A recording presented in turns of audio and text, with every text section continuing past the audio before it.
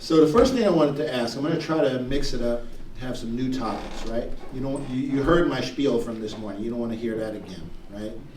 So we gotta come with something fresh. So I want to ask about pet ownership. How many of our new 5 jurors own pets? 100%. Okay. Juror number 6, you already said you treat your pet, your dog. Is it one dog, multiple? 3 dogs. 3 dogs. What kind? I'm not sure they're rescue. Oh, okay. They're tiny dogs, like Chihuahuas or something. Okay. And you say you treat them like family. Mm-hmm. Give us an example when you say you treat them like family. Respect them, make sure that they're not uncomfortable. They sleep inside the house. They eat good food. They were very skinny when we found them. Now they're chubby. They relax. They're happy now. They love life. They go to the dog parks. They get their exercise. But they eat more than exercise. All right. Great. Great. Juror number 2, how about you? What kind of pets do you have? I have 3 dogs. They're rescues also. It's a Chihuahua mix, a Terrier mix, and a Dachshund mix. I think I treat them pretty well. I wouldn't say that, I wouldn't put them above my own children, so to speak. Right. I know some dog moms are kind of put them on the same level. I don't exactly do that, but they still get treated very well, and they get to come inside, and they all sleep in the room with me because I'm the alpha apparently. So, yeah. They let you think that. All right. Follow me everywhere I go. Great. Juror number 13, how about yourself? I have 2 dogs. I consider them both rescues because one I got from an actual rescue, the other I wasn't looking for a dog, but he needed a home, and so I took him in. I treat them kind of like what she said. I consider them my babies. I say that I'm their mama, but they're not above my children. I've had to put down a dog due to aggression because I value my children's safety above my animals, even though I love them dearly. They sleep indoors. They're spoiled. I think they're spoiled. Treated pretty well. All right. Juror number 14, how are you doing, sir? Good. You mentioned you were retired. I didn't hear what you did before you retired. I was an operative technician in a large chemical plant. Okay. All right. And that kind of bleeds into my next topic, but let's talk about pets right now. You got pets?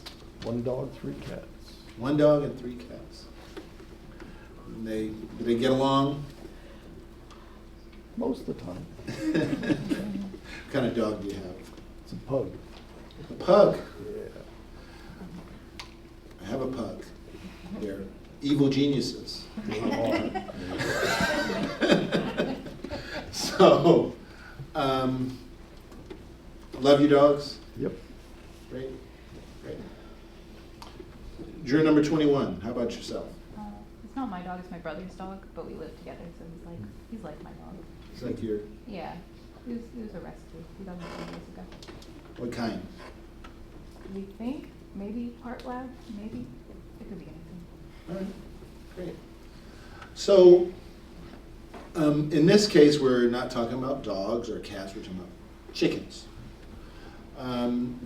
Is there any one of the 5 of you who would be unable to, we all have different viewpoints, right? Different experiences. We talked a little bit about that earlier. Is there any of you who would be unable to relate to the fact that some people might feel as strongly about chickens as you do about dogs? Is there anyone who would be unable to relate to that? Okay. All right. And I guess the greater point is, in a case where maybe people have different points of view, different life experiences than you do, are you gonna be able as jurors to set those differences aside and still give them a fair trial? What do you think? Number 2? Yeah. Wouldn't get in the way because maybe you don't necessarily have the same principles or priorities as they do, you still could give them a fair trial? Well, yeah, we live in a very diverse world, and you have to be accepting and tolerant of other people and their views, and I don't see anything wrong with that. Right. What a terrible world it would be if we were all exactly the same, right?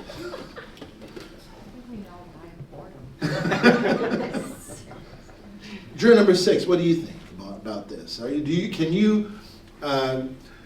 Do you agree that sometimes diversity is the bond that ties us together? We would drive each other crazy if we were all exactly the same. Right? That's what this country's about.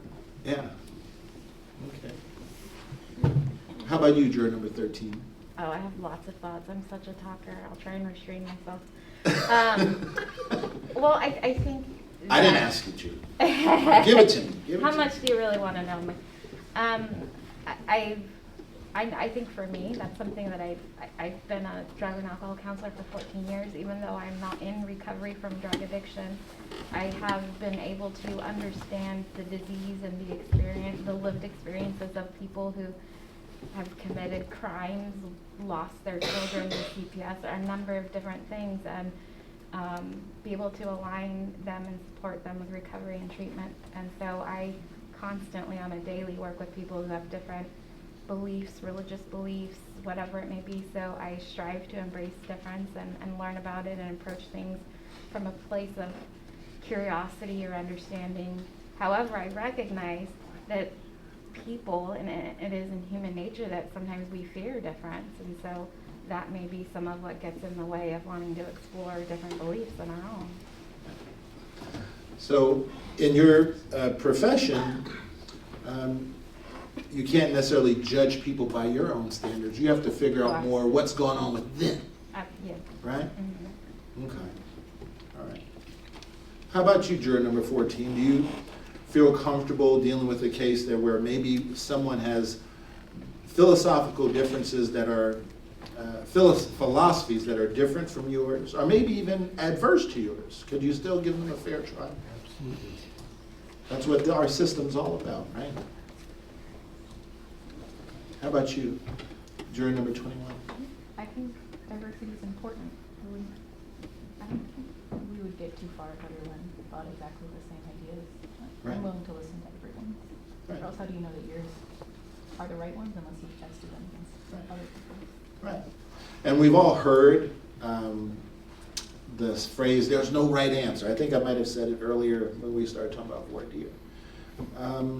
It takes different kinds. It takes all kinds in the world, doesn't it?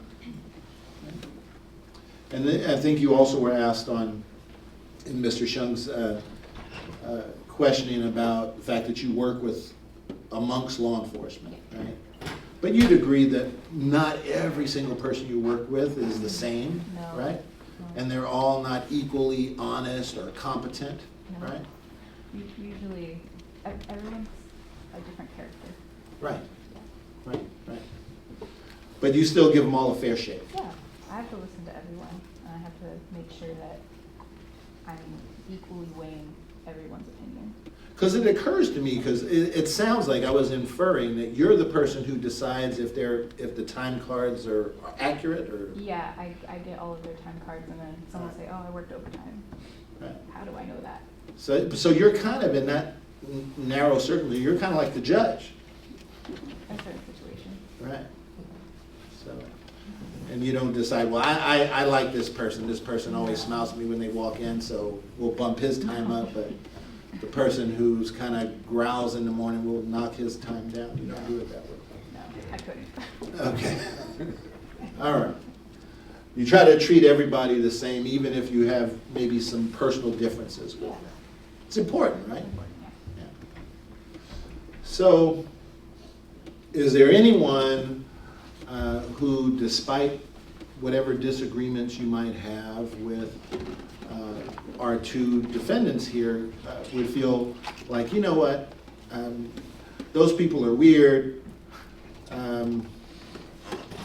they don't deserve the same justice as everybody else. Does anybody feel that way?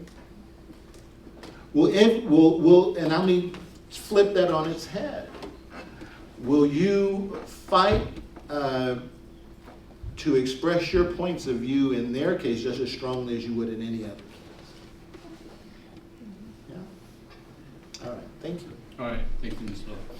Ladies and gentlemen, we're at the 3 o'clock hour. We've been going on for about an hour and a half, so what I'm going to do at this point is take a 10-minute break, and we'll resume the jury selection. Remember my admonition not to discuss the case among yourselves, not to talk to the attorneys, not to form any opinions at this point. Okay, so we'll take a break. We'll come back at 3:10. Thank you, sir. And if you strongly believe one way that you may hold to your position. However, you are going to be required to at least consider opposing points of view. So I'm not asking in that you change your opinion. However, you will have a duty to engage with your fellow jurors and consider whatever their opinion they came to. So if you all disagree, maybe you change your view, maybe you don't. But to our new jurors, would you be able to hold to engage in deliberations with your fellow jurors? All right. Now, many of you, including our number 13, have indicated you're concerned about waste. Now, one means that this is a waste of your time. Now, one of the instructions you'll be given, and is that you are not to consider punishment in any form. Or you are only deciding in what happened based on the facts and the law. Would all of our new jurors be able to follow that instruction?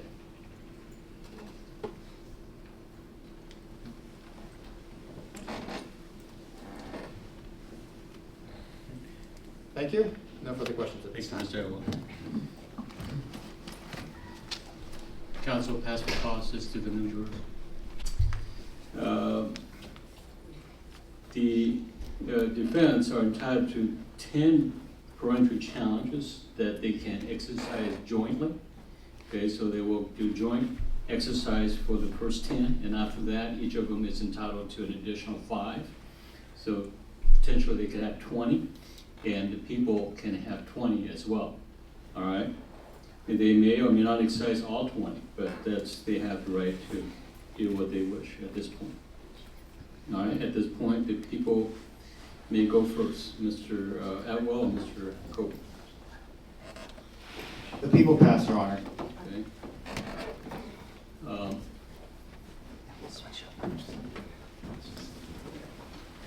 Judge, too many cooks, we need to confer just for a second. Sure.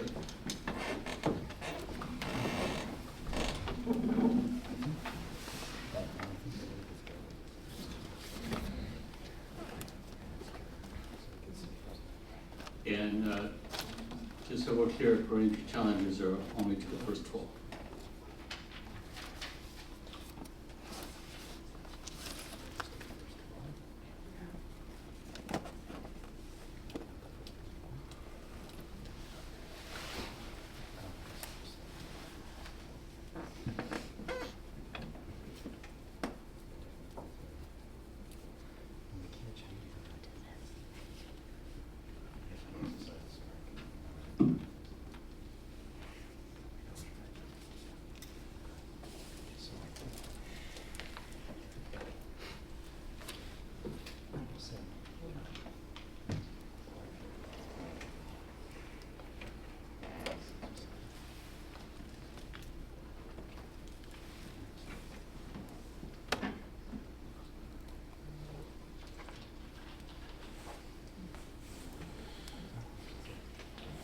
Your Honor, we would like to thank and excuse juror number 3. Okay, juror number 3. All right, thank you, sir.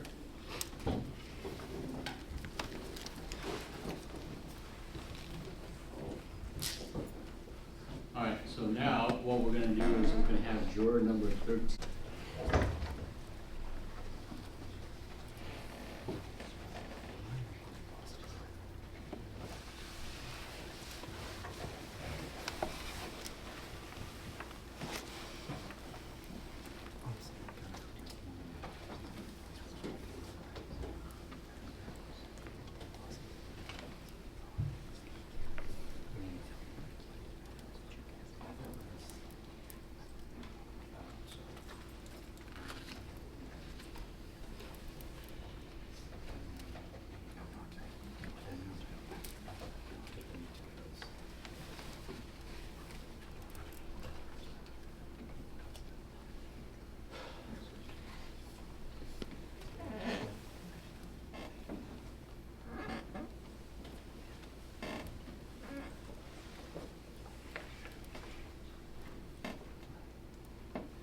Your Honor, we would think and excuse juror number 1. Juror number 1.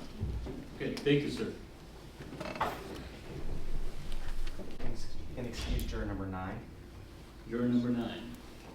Okay, thank you, ma'am.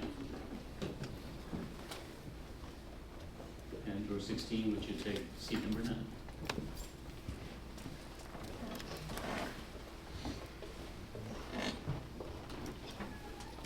Mr. Elwell? The people pass.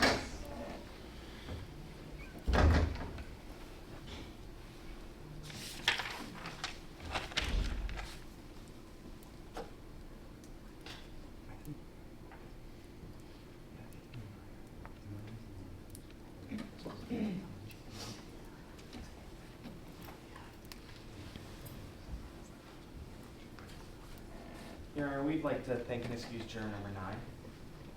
Juror number 9. Okay, thank you, ma'am. And ma'am, juror 17, would you take a seat? Mr. Elwell? The people pass.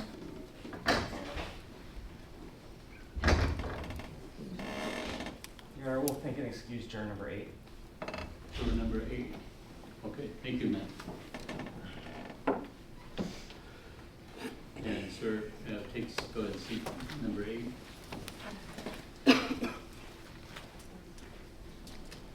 Mr. Elwell? The people pass.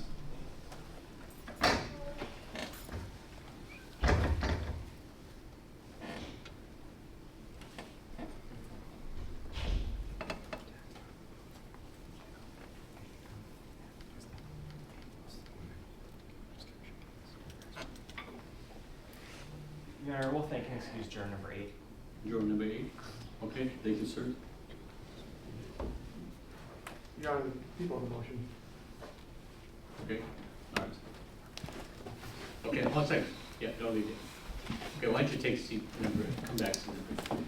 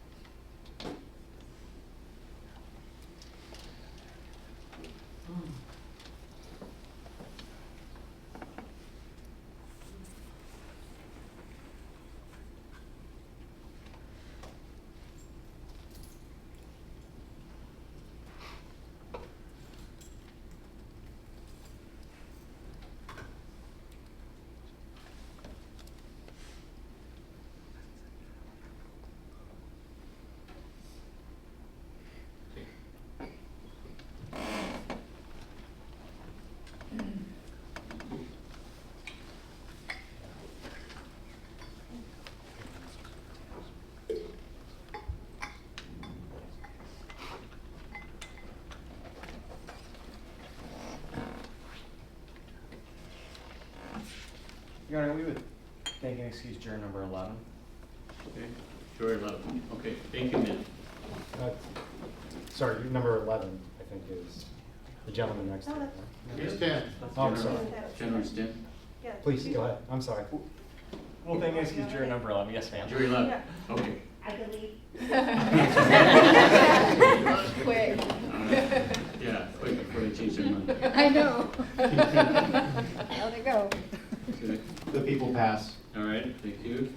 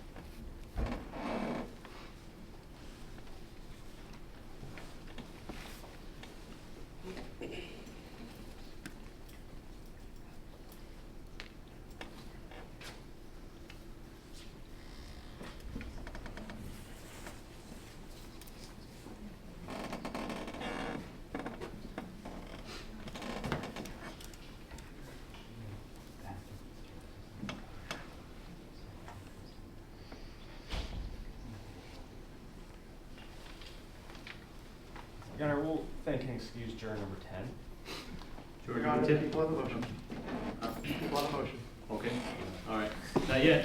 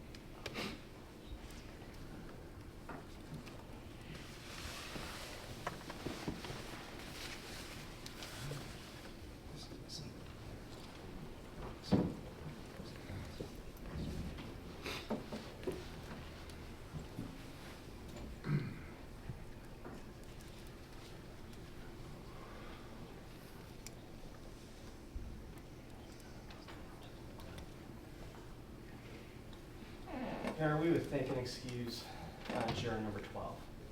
Okay, juror 12, okay, thank you, ma'am.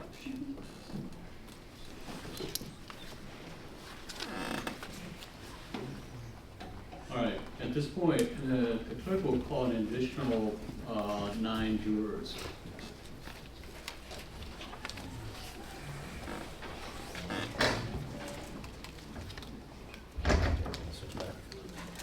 Juror number 4857.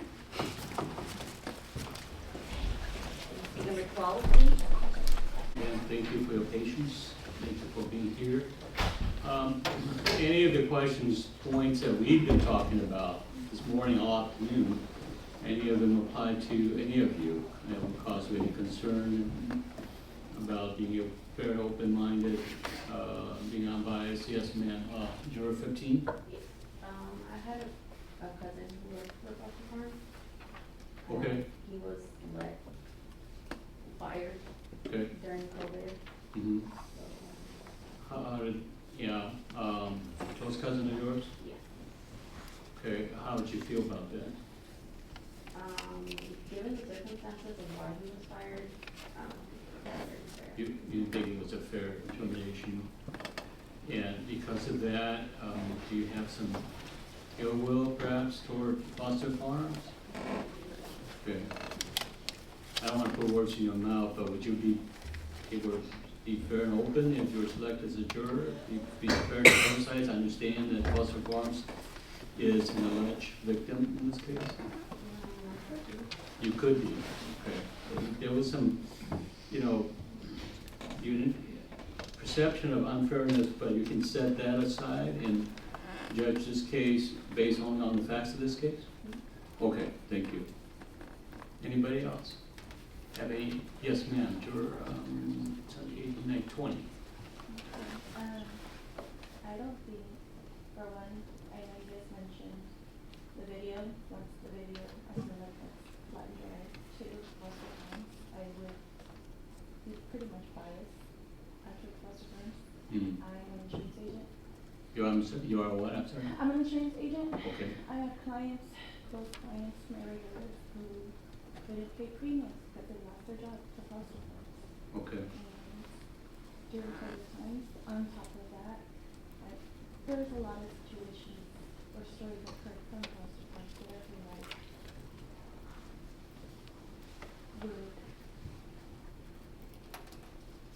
I wouldn't be able to process everything with just evidence, so that my emotions.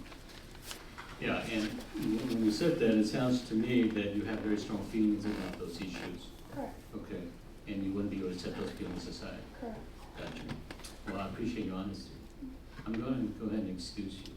Okay. Okay, thank you. Your Honor, before we proceed, Yes, I'm please. asking for a brief sidebar if I find it good. Okay, regarding this juror? or- No, just not this juror, I'm sorry. Okay, yeah, okay. Yeah, come on.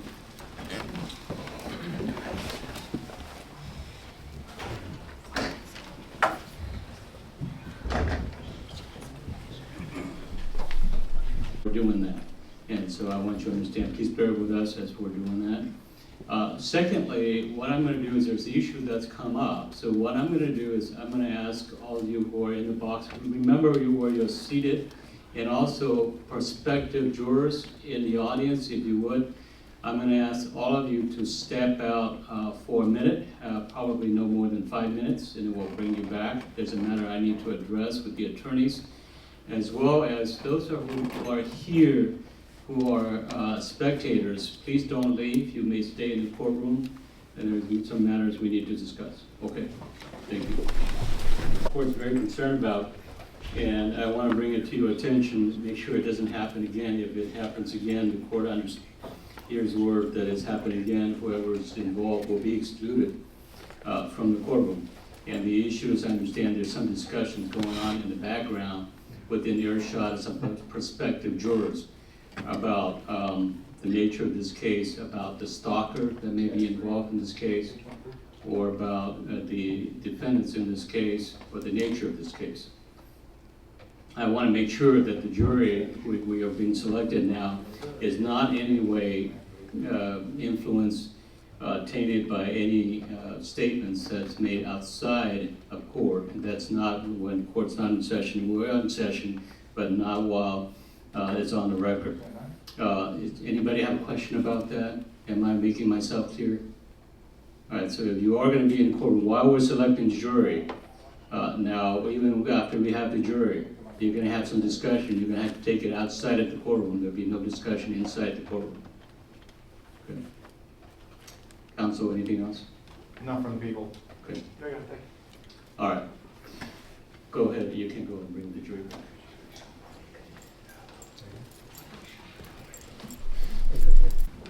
Let's go back. I think I was asking questions whether anybody has any strong feelings about these issues that were involved, any of the questions that we've been talking about all morning, all day, all afternoon, that had any bearing on you, whether you can be fair and impartial. Does anybody else have anything else they want to share? Okay, juror 13, 14, and the rest? Okay. I don't have any, I guess, strong feelings, but like I have a family member who helps kids raise animals and stuff like that that are sold at the fair and stuff like that, and that's just a personal Okay. thing. I don't think it should affect anything, but Sure. it is part of my family, so. All right, yeah, thank you for disclosing that, but, you know, that's not gonna have any effect on how you're gonna judge Yeah, this case. it shouldn't, but. All right. Anybody else? Anybody has any relations with law enforcement? Yes, ma'am. My family are law enforcement. Your family's in law enforcement? Yeah, you heard a lot of discussion about how you're to treat law enforcement who come in and testify, just the same as somebody who's not in law enforcement. Would you be able to do that? Judge their credibility based on, and not give law enforcement any leg up simply because they're law enforcement? Okay? You can be very impartial. Okay. Anybody else? Okay, we talked about the points of law, about presumption of innocence and the burden of proof. Anybody has any concern, any disagreement with any of these fundamental points of law? All right, thank you. At this point, I'm gonna go ahead and have you, well, we excused your 18, did we? Yes, Your Honor. Okay, let's go and call in one more person. 8777.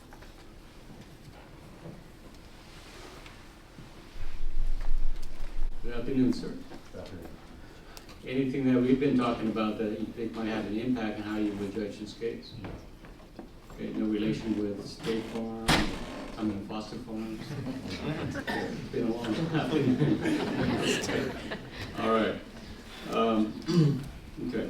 Any relations with law enforcement? Okay, all right. I assume the attorneys were going to ask whether you had pets? Yeah. You do. Anything about that you think would cause you to be? No. You can keep fair open. Yes. Okay, very good. All right. Juror 13, would you give us your information on the whiteboard, please? I'm a maintenance tech for AT&T. My wife's a RN. I have no minor children, they're 32 and 22. I live in Atwater, and I've never served on a jury. Good, thank you. 14. I'm a manager at Save Mart Supermarkets. My wife works for Dignity Health corporate office. I have 2 children, 4 and 6. I live in Merced, and this is the first time on jury. Thank you. I work for Walmart. My spouse is retired. I have no children. I live in Merced, and I've never served on jury duty. Okay, thank you. Juror 15. I work in agriculture. I'm not married. I don't have kids, and I live in Atwater, and this is my first time. I work in construction. My wife is a caregiver, no kids. Recently moved to Choctaw, and this is most caregiving episode. Okay, thank you. Juror 17. I'm a reference librarian, not married, no kids. I live in Merced, and I served previously on 2 criminal juries. Both have reached verdicts. Great, thank you. Juror 18. I work at Doctors Behavioral Health Center. My wife works for Merced County. I have a 12, 6, and twins that are 2 years old. I live here in Merced and I've never been jury service. Okay, thank you. Juror 19. I work at Hallmark Cheese, and I'm also a student. I have no spouse, no children. I live in Hallmark, and I've never served jury. Juror 20. I'm a Pizza Hut delivery driver and also a college student as well. I have no spouse and no children. I live in Los Baños, and I've never served on a jury before. Thank you. Real estate broker. My wife's COO of our home. No minor kids. Live in Merced, and no previous jury duty. Okay, thank you. All right. Your Honor, may we approach? Yes.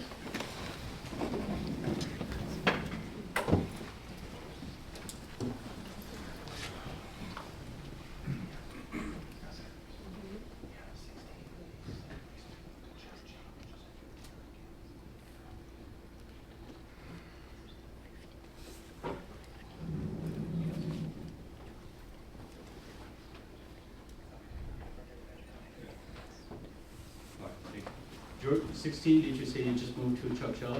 Just recently, yes. Just recently? Yeah, I lived in Okay. All right, okay.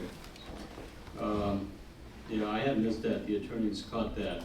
So that, yeah, unfortunately, that would disqualify you from serving, but, you know, maybe paperwork's a little back up, and that's why you got called, so. Oh, okay. So, yeah, your excuse. Oh, Yeah, thank you, I'm sorry about that. No worries, thank you. Yeah. Anything that you want to tell us? No. No? Okay. You're good, you can, if it's selected, you can keep a fair open mind? Absolutely. Okay, all right, very good. No relation relations with any of the parties or with people involved, okay? All right, and would you give us your information on the whiteboard then? Sure. I'm a teacher that specializes in reading intervention. My spouse is retired. I have minor children. He's 17 and 3 16-year-olds. I live in Merced, and I have had one prior jury service with a conviction, and so yeah, a verdict. Good. I'm sorry. A criminal case. Yes. Good. All right, thank you. All right, Mr. Shaw. Do we have? Briefly, if you will. Thanks for bearing with me. I'm going to try and not repeat all the same questions I gave before, but or at least not in as much detail. But I think it is important for me to inquire a little bit into some of those subjects to ensure that this is the right jury for you. And I think you all kind of know what I'm going to ask you first, which is just, does anyone have any background in commercial animal slaughter? So, for example, I think one of the jurors said you work as a manager at Save Mart, correct? Was that 14? Yep. No, 13. Yeah. I'm sorry, 13. So does that involve kind of selling meat to people and buying from vendors that are selling meat to you? Buying from vendors, yeah. Okay. Not necessarily Foster Farms, but not necessarily Foster Farms. Yeah. Okay. But that other guy was meat department. I'm total store, like the whole. Oh, shebang. so you guys are coworkers. We used to be, yeah. Okay, Now, yeah, interesting. not okay, quite great. anymore. So you're not primarily focused on meat. It's also cereal and vegetables. Exactly. And Yeah. stuff. Okay. Do you deal with vendors who sell meat on a frequent basis? I deal with him occasionally. You deal with them? Okay. Yeah. He's one of the people we deal with. Yeah. Okay. But not with Foster Farms. It's kind of indirect. He deals with Foster Farms, Yes. and you deal with him. Yeah. Okay. Would there be any kind of concern from your perspective if you ruled against Foster Farms that it could damage vendor relationships in some way? Is that something you'd think about? I wouldn't think so, but I mean, I wouldn't know. I wouldn't, you know. You wouldn't know? Yeah. Okay. I mean, I don't think so off the top of my head, but. Okay. In that situation, I wouldn't know, you know. Okay. Because it's possible, I guess. There might be something. I guess it could be possible, you know. Yeah. If it put a bad relationship with For my sure. company and them, I guess it could. Yeah, because I think they're the biggest supplier for most grocery sure. stores. Definitely, So, yeah. Okay. And, yeah. Yeah, and so obviously you can't damage that relationship. Yeah. And again, I mean, I think that's totally fair. You know, if I had some sort of dispute with, one of you and Alexandra on the other side. I mean, I got a relationship with Alexandra. Yeah. She's my client. Of course, I'm going to side with her. That doesn't mean, hopefully, you don't think I'm a bad person because I side with someone I work with because I'm supposed to do that. In a similar way, if you had a dispute involving a vendor that you work closely with that maybe had some influence in your company, do you think it might lead to a leaning one way or the other because this is a vendor that's pretty important to your company? I mean, it possibly could. Possibly? Yeah. I'm not going to say it won't, but I mean, it possibly could. Yeah. Okay. I would think not, but. You would think not. Yeah, I think I could keep it evenly. For sure. Just, but. Yeah, I guess, I mean, the concern is even if it's in the back of your mind. That, Yeah. I make a decision. Oh, sorry, go ahead. I would think maybe more along the lines of, I guess, I can see where they were coming from, I guess, if it's going to damage their business, like if it damaged their business for the week per se, yeah, it would damage my business for the week per se, right? Of I mean, course. We're kind of connected in that way. Yeah. And I don't know if their situation of what happened affected their business, but I know when we have issues with Foster Farms, it affects our business greatly. Of course. So. Yeah. I mean, kind of hand in hand, I guess. No, of course. I mean, again, because they're a big vendor. Yeah. And, okay. So it sounds like, you'd have kind of a leaning based on that relationship, which is kind of inevitable. Yeah. If you have it's a big relationship and you're working together. Mm-hmm. Okay. And so, the question for us is, whether you have that sort of leaning. It sounds like the answer is yes. And again, when I say bias or leaning, I'm not saying you're a bad person in the same way that if I have a bias for my client, God forbid I don't have a bias for my client. I should have a bias for my client. But for you, this vendor relationship, it sounds like, is creating a bias because, again, not in a discriminatory way, but just in the sense that this company kind of depends on you and you depend on them. Mm-hmm. Is that fair to say? Yeah. Okay, so you do have a bias. Okay, great. Thank you so much for sharing that. And again, this might not be the right panel for you given the client relationship, but doesn't mean you wouldn't be a great juror in every case. So thank you very much for sharing that, because that's kind of what the process is about. Does anyone else have a relationship like that? Not necessarily with Foster Farms, but even with another kind of poultry producer or animal farm, meat processor, or even McDonald's, that sort of thing? Yeah, please go ahead. In my business, it's all about disclosure, so our question always is, should we, if we think we should disclose something or question it, then we should. So in my previous life, I managed Kentucky Fried Chicken for 10 years. Okay. For me, it doesn't matter, but Okay. I at least want to share that with you guys. Of course, and you guys yeah. can decide if it makes a difference. No, absolutely. Thank you so much for sharing that. And that's kind of what the process is all about. It's about kind of eliciting candor from all the jurors. So tell me a little more about the experience at KFC. Well, it was over 22 years ago. But Wow. Okay. It's good experience, bad experience? Oh, it was a great experience. Great experience. Yeah, Fantastic. I mean, I love chicken. Still eat Yeah. chicken to this day. I had chicken for lunch. For sure. So, and this is, how long were you working for KFC? 10 years. 10 years. Okay, so quite a bit of time. Sure. Okay. And obviously, at KFC, you were in the business of selling chickens. That's kind of what you do. Yeah, that's what you do. It's called Kentucky Fried Chicken. It's not Kentucky Fried Burgers. It's Kentucky Fried Chicken. Okay, and so, I mean, do you think you have kind of an interest or a kind of a leaning in support of that industry, given that you were part of it and selling it? Do you, no? You Not don't think so? specifically. Okay, I have because you moved interest in on. free market, For sure, people yeah. being able to provide for their family. Okay. But yeah, no bias. Okay, great. Because, no. Yeah. Do you mind me asking what you're doing now? I mean, I know you answered the question, but I actually didn't get my notes down fast. Oh, yeah, real estate. Real Yeah. estate. Okay, so Yeah. you made a pretty big transition away Yeah. from managing a retail store to real estate. Okay, fantastic. Yeah. Did you work with vendors at all when you were at KFC? I'm guessing not, because I think this is like a big franchise where probably the individual stores aren't. Were you manager of an individual store or Correct. a cluster? Different store? stores at different times, but yes. Okay, yeah. great. And we actually distributed to our own. So our I see. company happened to have their own distributing company.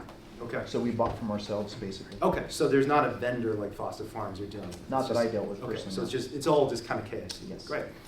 And did you deal with kind of animal rights activists or protests, anything like that? Never had the opportunity. Okay. And did you, as a manager at KFC, did you ever even just kind of have negative interactions with an individual animal advocate or like a preachy vegetarian or vegan saying, I can't believe you do this? Yeah, sort of this is thing? 22 years ago. It kind of wasn't where it is now. Sure, yeah, all right, great. Thank you for sharing that. Sure. Anyone else have any examples or stories like that? Hopefully those are illustrative of kind of what we're trying to get at. But, no stories like that? Okay. I'll shift away from kind of commercial animal farming or animal production or sale towards animal advocacy and animal rescue. And actually, I'll just use the example I gave with the gentleman over here. Has anyone had an experience with someone who's just kind of a strident animal activist, like the classic, oh, these animal activists throwing blood on people, doing all sorts of terrible things that are so ridiculous. Has anyone had an experience like that before? Anyone have any sentiments like that they maybe have developed based on some prior experience or seeing something on social media, in the movies?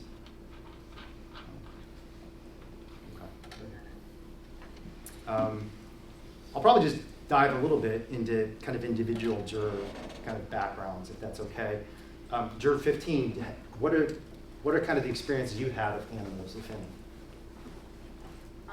Well, I did have pets. I didn't mention it, but Oh, well, they weren't mine. They were my brother's. They were chickens. oh, wonderful. But we haven't had them for a while. It's kind of a funny story. We thought that cats were eating them because slowly we were trying to raise them for eggs and stuff. Uh-huh. But they mysteriously they would disappear. We thought it was cats because we live in town, so that's the only explanation we could think of. Or they were jumping over and just disappearing. Yeah.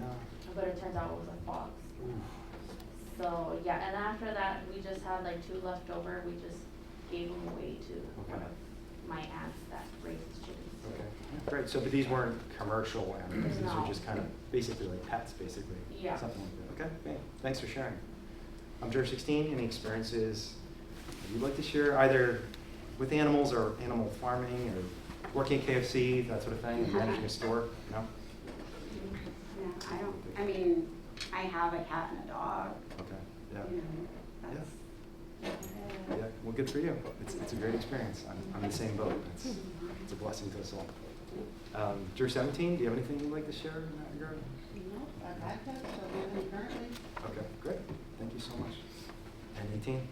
Just 2 dogs. 2 dogs? Okay, yeah, tell me about them. 2 boxers. 2 boxers? Yeah. They're good dogs. Yeah, They're very loyal. Yeah, very loyal dogs. 19. I've grown up on a chicken farm my whole life. Oh, tell me more about that. Just that my dad likes it as a hobby. Okay. So we just grew up with it. Okay, and these are chickens that are being raised for meat, for eggs, I think as this pets? is hobby, like, yeah, his pets. Okay, so they're just pets. Amazing. How many chickens? A whole farm of them. Really? Yeah. Okay. They used to be in our backyard and then we moved them over to my cousin's farm. Okay. So we just kept growing. Okay, and you grew up in this Mhm. with this experience. Can you just tell me more about that? Because I have not grown up in a chicken farm. Or Just like my dad and my uncle, so just find it as a hobby. They like chickens, so we just started growing them. okay. And would these be egg-laying hens, or would these be hens that would eventually be sold or processed for slaughter, or? They would. I'm not really sure. I'm guessing they would be sold, and then sometimes they would kill them for themselves to eat. Okay. And for eggs. Okay, fantastic. Yeah. And were you involved in the care of them in any way? Yeah, sometimes during weekends. Yeah, they're interesting creatures, aren't they? I've learned quite a bit about chickens in the context of this case. Recently. For sure. And do you think that experience led you to have any particular view of chicken farming, positive or negative? Did you feel, this is great, people should do this more? Did you think, wow, I can't believe people raise chickens for food, this is ridiculous? It wasn't my cup of tea to It wasn't go your cup through of it, tea. yeah. Okay, interesting. Okay, so it doesn't sound like it had a huge impression on you one way or the other. No. Okay, great. Do your parents, you said it's your father and your uncle, okay. And but they don't have the chicken farm any longer? They do. Oh, they still do, Yeah. okay. And how many chickens was it? A lot. I'm A not lot? sure how much, but a lot. Is it more like 20 or 2,000 or? It's like maybe like 100, 200. 100, 200. Okay, great. So nothing like a Foster Farm. No, no. So I'm talking more like millions. No, no. Great. Okay. Anything else you'd like to share about that? Not that I know of. Okay.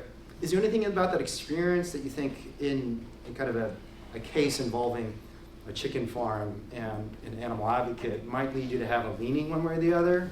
Do you think that your experiences on a chicken farm might make you think, well, I mean, I feel like if you're gonna raise animals, there should be a use of them, so like yeah, for food. for sure. Yeah. Yeah, and that might make you lean more towards the people who are kind of using those animals for food, because it's a necessary thing and we have to do it. And so if the people are objecting to that, maybe you're going to be less sympathetic to them. Yeah. Okay.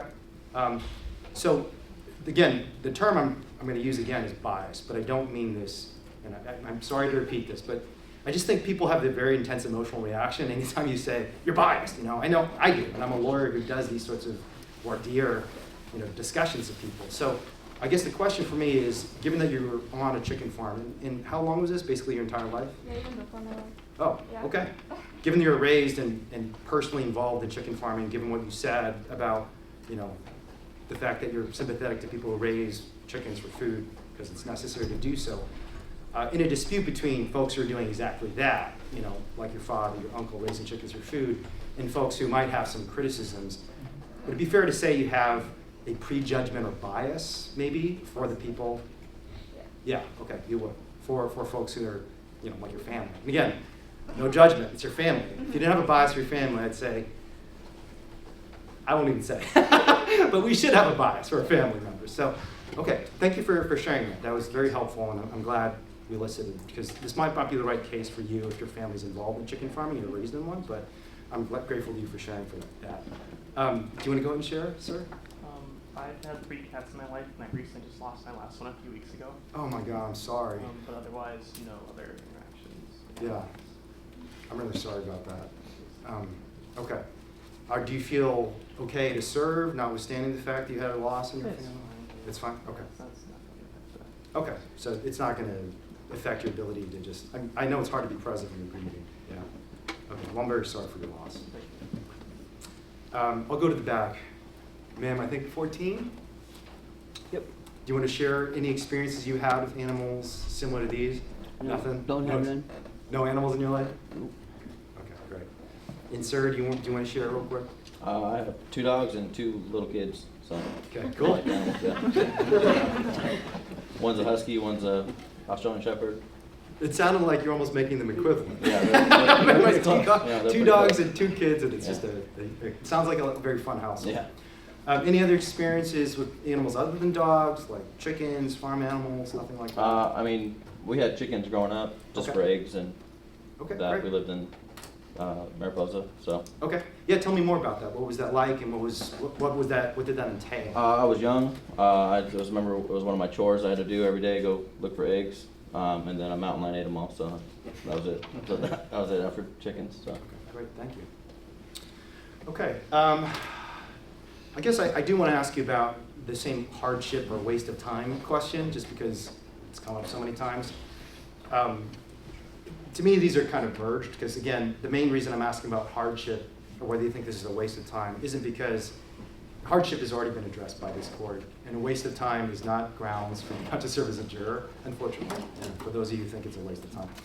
But what is grounds, and what is my constitutional obligation to my client, is if you feel so strongly this case is a waste of time, that you'll rush to judgment, right, and maybe just go along with the crowd, wherever the crowd is going, because each of you is required, and my client is entitled to your good faith, independent judgment, because that's what our democracy is about. We believe in the people. We believe that all of you have an incredibly important perspective to share. We don't want you to silence yourself and just go along with the crowd.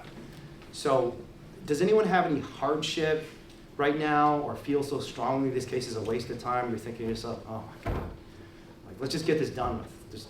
Just convict it. Come on, it's over. No one feels that way. Yeah, please.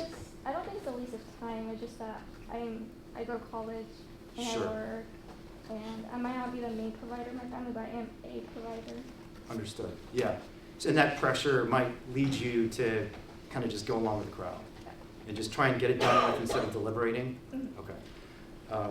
Yeah, and this is another potential source of bias, because if you're biased towards just reaching a quick outcome, regardless of what you think is the right answer, and I understand that, because I know when I was in college and law school, it's an enormous amount of pressure, and in this exam period especially, you can't even think about anything else. You're just like, come on, I don't want to deal with anything else. I've got exams coming up. But it might not make you the right juror for this case if it's going to lead you to have a bias towards just reaching an outcome quickly as opposed to deliberating in the way the judge instructs you. Sorry, let me look at my list real quick, folks, and see if there's anything else I'm missing.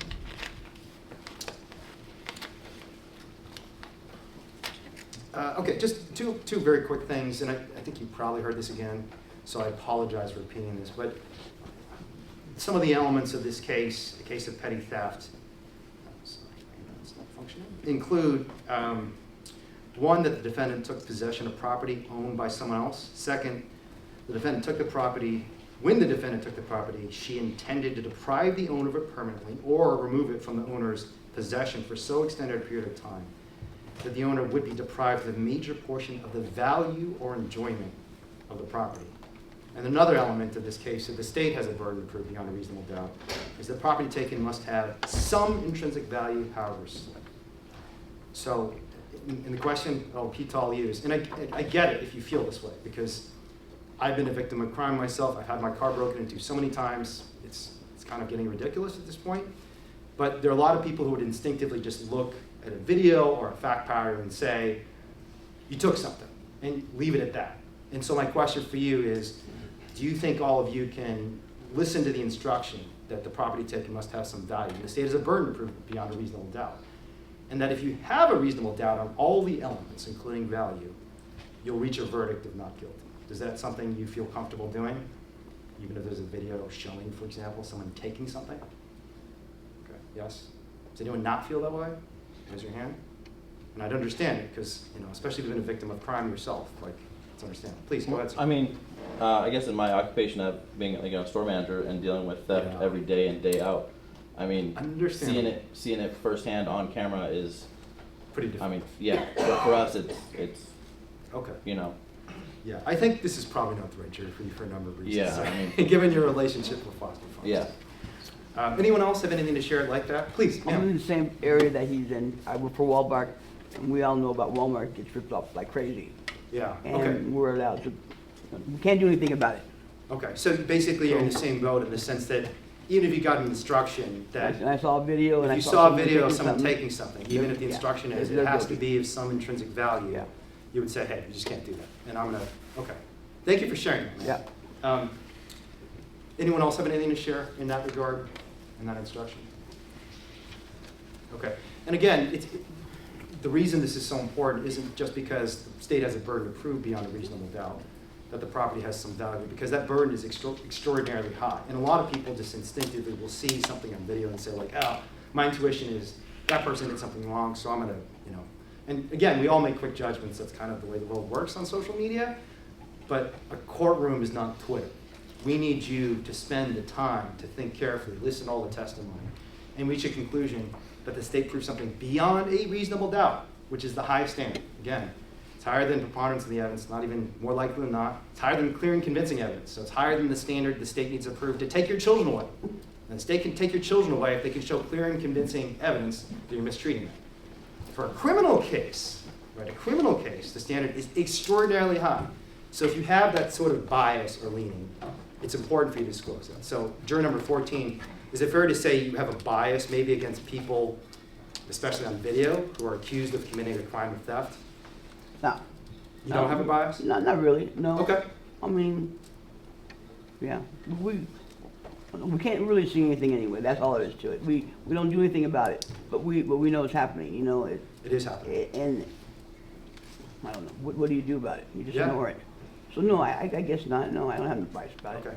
Yeah, you're right. It's a hard problem, and property crime is a serious issue across the entire nation. And I think I'm sympathetic with you.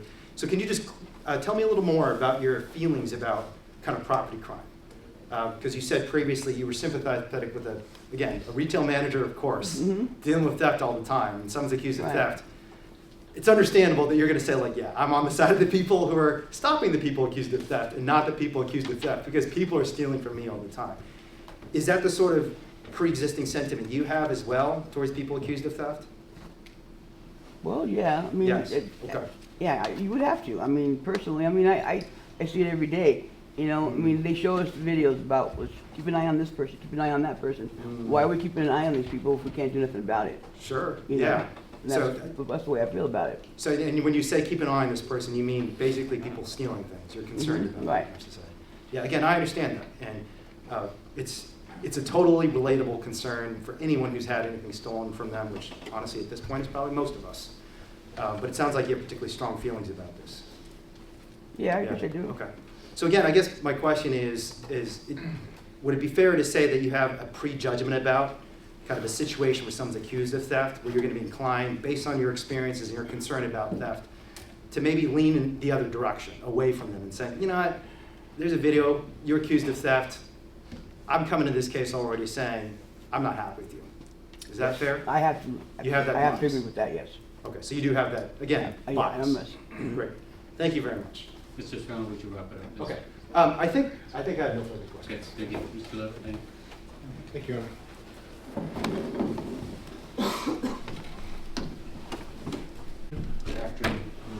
Coming into the home stretch, I'll try to keep it interesting. Juror number 12. Yes, sir. How are you? Good. What do you do again? I work for AT&T. Okay. So,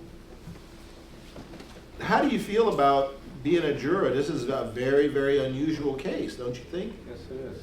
How do you feel about, do you feel like this is a case where you could serve as a good juror and give both sides a fair shake? Yeah. Everybody's going to present their own evidence, so we'll let the evidence talk for itself. Now, we were talking earlier about, I mean, this is on video. Not only is it on video, but the defendants made the video, posted the video. Do you care about the why question? Why question? About why it happened. Because what happened and who caused it to happen aren't going to be in dispute in this case. I mean, the video will only present so much evidence. I mean, you got to have some type of physical evidence besides the video, right? Right. Right. Yeah. Well, let's just say if the fact that something was taken is not disputed, do you care about why it was taken?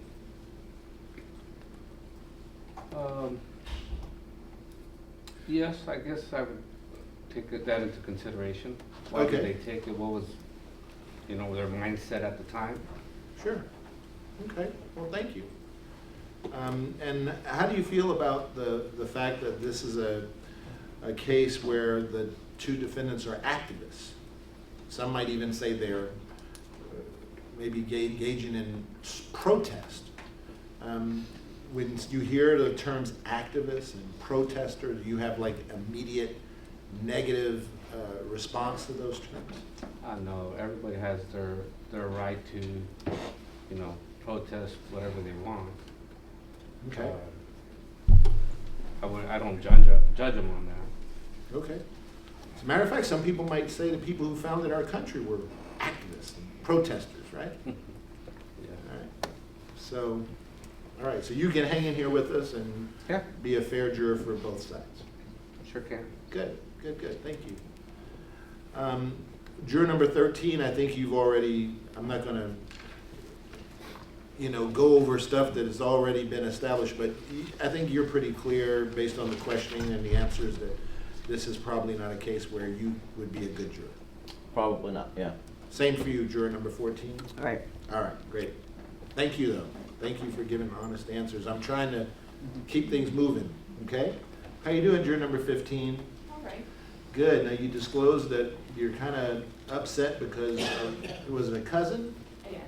who got fired from foster farms, but you can set that aside. Yeah, well, it's been a while, but I mean, when it did happen, it was kind of not a good situation because there was COVID, and then he had just had a started family, Okay.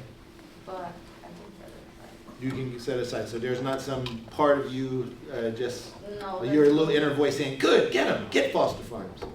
No? You can give foster farms a fair shake? All right, thank you. Anything else you want to tell me about this? Are the prosecution and defense starting on the same starting line with you? Oops, I didn't have my talk show kit. I try to speak up, though. Hopefully the jurors in the other room have been hearing me. They were able to hear you. I checked. Thank you. Anything else you want to tell me about your ability to be a juror? You've never been a juror before, correct? I never really made it out of that room. Lucky you. Here you are. All right. Thank you. Juror number 16. Okay, this is a weird case. It's unusual. Probably not the case you anticipated coming to court to be in charge of, right? Be assigned. Not necessarily, no. Well, how do you, but you're not of the mindset that this is a waste of time, let's just hurry up and get it over with? No. To be honest, to be frank, when I first initially heard the circumstances of the case, I was a little like, what are we doing here? That's an initial reaction. Sure. But then I try to place myself in everyone's position. Right. And I thought, well, if I am being accused of something and I feel that I am, there's a strong conviction that I am not guilty, I want to be heard, or I want people to hear how I feel, or what, I want to hear the case, I'm getting a little flustered. No. Words, but I just keep an open mind Okay. with everything because I would want to be heard if I was in that position. On the flip side, it is the people's responsibility to prove beyond a reasonable doubt that, Yeah. Everybody has an issue, would you agree with this? absolutely. That you'll dig your heels in on, where you're not willing to compromise, where it's just something so important to you, you're going to take it all the way. I would say that probably everyone has something like that. Is there anybody here who, and I'm only talking to the new group because those are the only ones who are being questioned, who can say, there's nothing in life that really is so important to me that I would dig my heels in and insist on being heard all the way. Is there anyone who can say that? We all have something that's really, really important to us, right? I do have midterms next week, and I'm really stressed out about those. Your midterms, okay. So that's an issue. Yeah? You need time to study, right? And you feel like if you're here in our case, that maybe that's gonna take away from your study time. What do you study? Computer science, but I'm more worried about my physics and my ethnic studies class for next Tuesday. Okay, all right.